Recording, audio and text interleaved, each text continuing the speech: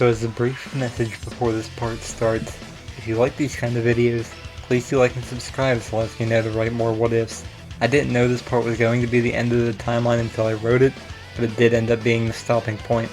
So, if you want to see other timelines, please do let me know by showing support for this channel. Also, if you have any suggestions for what ifs, I'm open to them, though I don't know if I'll do crossover what ifs. I don't know a lot about most series to be able to write crossovers. Anyway, let's get on with what will be the finale of this timeline. Last time, we ended up with Cell achieving his perfect form after the heroes let him absorb the androids. From there, he went on to announce the Cell games, which will happen in 10 days. Since Kakarot is now recovered from the heart virus, he and the others go and start to train intensely in preparation for the Cell games. During this training, they would be trying to surpass Super Saiyan again, but they haven't been able to achieve this yet. Which just brings us to where we are now, as the day of the Cell games is finally here. Before the Cell games begin, they would probably force Korin to give them more senzu beans. Also, assuming there is some remnant of the Royal Army / King Furry's forces still around for whatever reason, they would try to attack Cell, but would still be killed. Another thing to mention is that Hercule won't show up at the Cell games, as Kakarot caused the World Martial Arts Tournament to no longer happen until the last one he won. So, there wouldn't have been a championship for Hercule to win. Anyway, when the day of the Cell games arrives, Vegeta and Nappa are the first ones to arrive, as Vegeta wouldn't wait for the others to go there. After Vegeta and Nappa arrive, Kakarot, Raditz, future Shalji, and Urine arrive as well. Regardless, since Hercule isn't the world champion, there is nothing to get in the way of Kakarot going first. Once the fight between Kakarot and Cell begins, at first they are going blow for blow with each other. When he still tries to use the Kamehameha, Cell just swats it away in the blink of an eye. After they go blow for a little longer, they land, and Cell says it should be enough of a warm-up exercise. So, Kakarot powers up and Cell does the same, powering up to the point he is matching Kakarot's power. They go blow for a while more until Cell eventually uses the Kamehameha, but Kakarot still uses the instant transmission to get out of the way. After that, Kakarot starts getting beaten down, though as they're in the air, Cell decides to get rid of the falling out of the ring rule. So, he destroys the ring as the heroes just barely get out of the way of his blast. After fighting for a little more, Kakarot tries to Kamehameha again, this time using the instant transmission to blast Cell head on, which just blasts off Cell's head and arms. Cell regenerates and says something along the lines of "you won't fall for something like that again," then they start fighting again right after. Kakarot eventually ends up using attacks that causes Cell to have to use his barrier, but it also tires himself out in the process. However, with Kakarot being much more arrogant than Goku was, he would keep fighting Cell until the point he literally can't anymore, at least until his body regenerates. So, he still asks Cell if he can choose who will fight him next, and when he agrees, he chooses Shalji. When Kakarot talks to Shalji about this, they still talk about if Kakarot and Cell were holding back, but Kakarot says he wasn't. Shalji enters the fight, though the main difference here is that he isn't reluctant to fight anymore like Gohan was. Kakarot, wanting the fight to be fair, still throws a senzu bean to Cell. When the fight between the two starts, Cell can't get a hit in at first, so he must power up. Though, after he does get some hits in, he worries that he used too much power, so Shalji eventually walks out of the rubble of the mountain unscathed. The conversation about not wanting to fight doesn't happen though, as he doesn't mind fighting, though they would still probably discuss Shalji getting stronger when angered, so Cell tries to make him mad. The fight goes on for a bit until Cell eventually grabs Shalji and starts to squeeze him, crushing his bones in the process. As everyone watches on, Kakarot finally asks for a senzu bean for himself. Since he isn't getting angry about being hurt, Cell decides to hurt his friends and charges at the heroes. The first thing Cell does is steal the senzu beans from Urine, before Kakarot was able to get one for himself. Shalji tries to attack Cell, but it isn't enough to matter and is easily knocked away. Since there are 6 of the heroes watching on, Cell makes 6 Cell Juniors and orders them to attack the onlookers. All the fighters start getting beaten down, but Urine and Kakarot are the ones struggling with fighting them, since he didn't take a senzu bean. Much like the Cell Jr. did to Yamcha, it breaks one of Urine's arms. As Cell sees Shalji getting angry, he orders the Cell Juniors to kill them.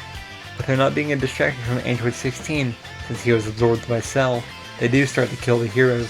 They seemingly kill Urine first since she is the weakest, which seeing his own mother die is enough to cause Shalji's anger to boil over. She's seemingly dead since it would take time for her immortality to heal the wound she sustained.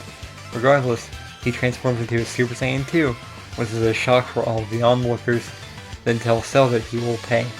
Before attacking Cell, he takes the senzu beans back and effortlessly kills all of the Cell Juniors.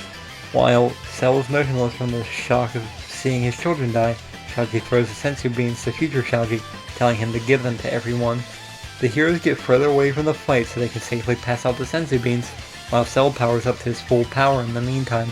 Even at his full power, he's easily getting beaten by the young boy's newfound power.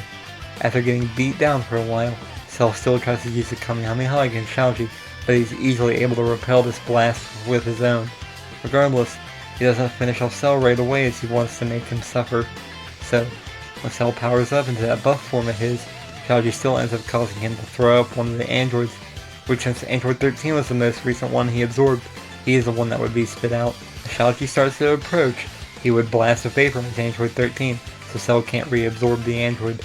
When the young Saiyan approaches Cell, he still resorts to trying to blow himself up. With them being immortal, they might be able to regenerate from the explosion as well. Knowing this, he wouldn't hold back on hitting Cell with the Kamehameha. This plan works, but as the Kamehameha hits Cell, he starts to explode, thus destroying the Earth in the process. However, with Shaoji having used the Kamehameha against Cell instead of just letting him explode, this would have been enough to destroy his nucleus as well. Though unfortunately for the heroes, this explosion would basically destroy every cell in their body as well. Assuming their immortality worked the same as the Mosses, with there being no cells to regenerate, only their soul would live on. So, without a body, they wouldn't be able to go to Namek and get the Earth restored.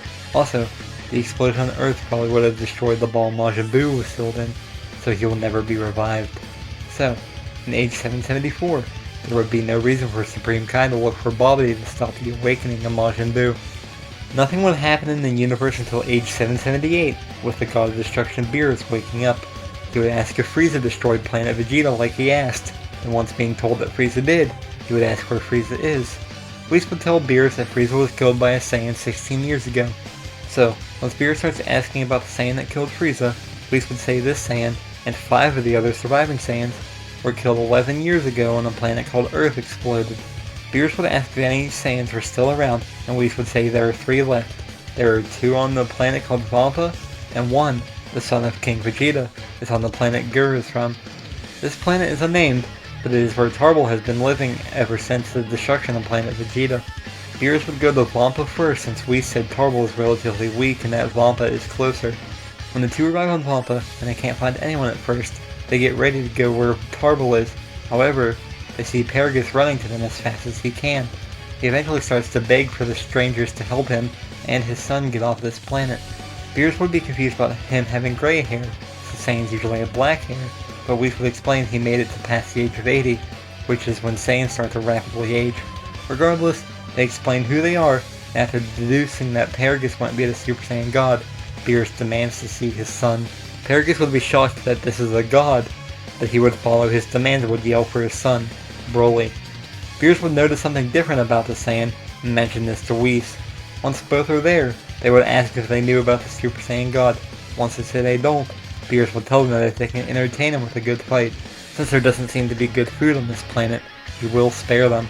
So, Paragus tells Broly to fight with everything he has in order to save them, but don't kill the god. Once he attacks, Broly's attacks are wild, so Beerus can dodge his attacks easily, but he realizes his power is far above Frieza's was and anyone else's in this universe.